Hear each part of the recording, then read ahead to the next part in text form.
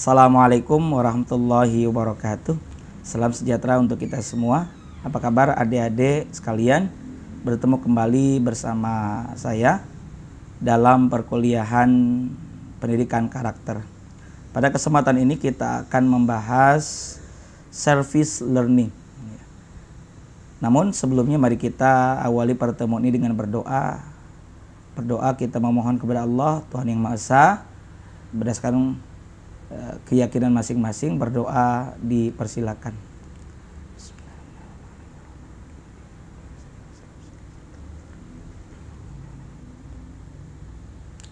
Baik, adik-adik mahasiswa sekalian, service learning berarti ini adalah bagaimana kita mengajar dan belajar, menghubungkan antara tindakan positif dan bermakna di masyarakat dengan pembelajaran akademik, perkembangan pribadi, dan tanggung jawab sebagai warga masyarakat.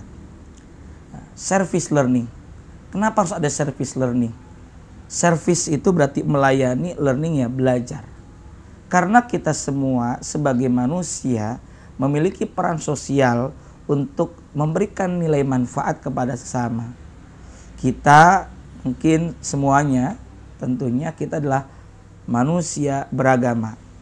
Ya, karena kita tentunya di negara ini beraneka macam, ada 6 agama resmi, juga tentu adik-adik di kelas, di kampus juga beraneka ragam, pluralitas tentu kita kedepankan saling menghargai. Nah, dalam agama, satu, kita sebagai manusia yang berketuhanan, beribadah kepada Tuhan. Yang kedua, kita juga sebagai makhluk sosial. Bahwa makhluk sosial itu bahwa kita hidup tidak sendiri, tapi kita hidup berdampingan dengan yang lain. Karena itulah kita semestinya memberikan nilai manfaat, memberikan kebaikan kepada orang lain, dan di situ ada letak belajar bagaimana kita melayani. Melayani di sini pertama bisa melayani diri kita sendiri, bahwa kita ini tidak selalu mengandalkan orang lain. Ada di antara kita yang selalu dilayani, selalu ingin ditolong, difasilitasi oleh orang lain. Padahal kita masih bisa mengerjakannya dengan apa yang kita miliki, seperti tangan, kaki. Coba tengok ke rumah makan saji. Ada istilah beberes, bebersih. Di salah satu franchise rumah makan atau restoran cepat saji, itu mengajarkan bahwa kita harus bisa melayani diri kita sendiri. Yang kedua, melayani kepada orang lain. Melayani kepada orang lain ini berarti kita justru harus mampu membantu menolong orang lain. Bahkan ada sebuah teks agama dalam Islam, hadis Nabi, wallahu fi aunil abdi maka nal abdu fi auni akhihi. Allah senantiasa menolong hambanya selama hambanya mau menolong hamba yang lain.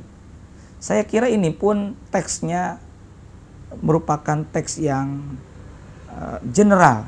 Secara makna bisa kita maknai oleh semua agama, bahwa ketika kita menolong sesama, maka kita pun akan mendapatkan efek kebaikan itu.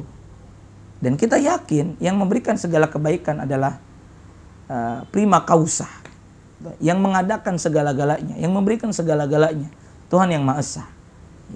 Nah, kita dalam konteks ini hendaknya memberi pelayanan, memberi kebaikan kepada orang lain. Lalu bagaimana yang dimaksud dengan service learning? Service learning ini bisa kita kenali dari ciri-cirinya. Yang pertama, melakukan hubungan yang bermakna, making meaningful connection. Ketika kita berteman, ketika kita bersahabat, bahkan bersaudara, atau menjalin kemitraan dengan siapapun, maka kita harus menjalin hubungan yang bermakna, bukan sekedar ada kepentingan saja. Karena kadangkala kita menjalin hubungan dengan orang hanya karena ada kepentingannya saja, ada maunya saja. Tapi juga harus memberikan makna, makna yang positif, makna yang terbaik. Yang kedua, ciri-ciri daripada service learning adalah melakukan kegiatan-kegiatan yang berarti, doing significant work. Bahwa kita ini bekerja, kita ini beramal, kita berbuat harus perbuatan yang berarti. Sedikit tapi berarti, sedikit tapi bermakna, memiliki nilai kebaikan. Yang ketiga, belajar yang diatur sendiri artinya self-regulated learning. Bahwa kita bisa mengendalikan pembelajaran yang kita lakukan. Supaya apa? Supaya pembelajaran itu sesuai dengan kebutuhan. Yang keempat, adanya collaborating, ya, kerjasama. Bahwa seperti yang saya sajikan di awal, kita adalah makhluk sosial, tidak bisa hidup sendiri. Kaya, miskin, justru kehadiran keduanya saling melengkapi. Jangan kira bahwa miskin butuh kepada yang kaya, tapi sebaliknya yang kaya juga butuh kepada yang miskin. Simbiosis mutualisme. Sederhananya, kita atau adik-adik ada yang memiliki kelebihan harta. Orang tua kita memiliki kelebihan harta, tapi sibuk. Tidak sempat untuk membetulkan genteng yang bocor. Tidak sempat membersihkan got yang mampet ataupun WC yang mampet. Mungkin kita secara pekerjaan kita butuh orang lain. Ya. Padahal kita juga butuh dan dia butuh pada kita.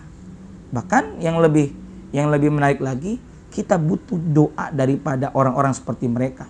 Karena mereka hatinya bersih. Yang kelima, service learning itu cirinya berpikir kritis dan kreatif. Karena selalu berusaha untuk melayani, membantu orang lain, tentu tidak sekedar membantu, tidak sekedar melayani, tapi juga ada kreativitas dan ada kritik. Sehingga dalam kritik itu kemudian timbul evaluasi, perbaikan. Yang keenam, ciri service learning adalah mengasuh dan memelihara pribadi siswa.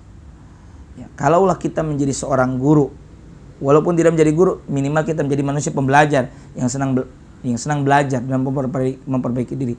Tapi ketika kita menjadi seorang guru, pengasuh, pendidik, apalagi kita mengasuh kelak anak kita, atau hari ini mungkin adik-adik punya di rumah keponakan atau adik kandung, kita berusaha mengasuh, mengayomi, mendidik pribadinya.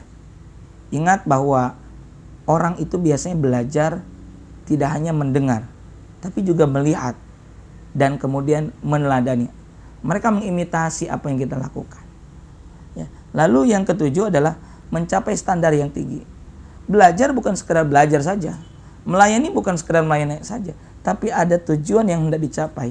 Harus ada value, ada nilai tentu yang berkualitas, bukan sekedar kuantitas.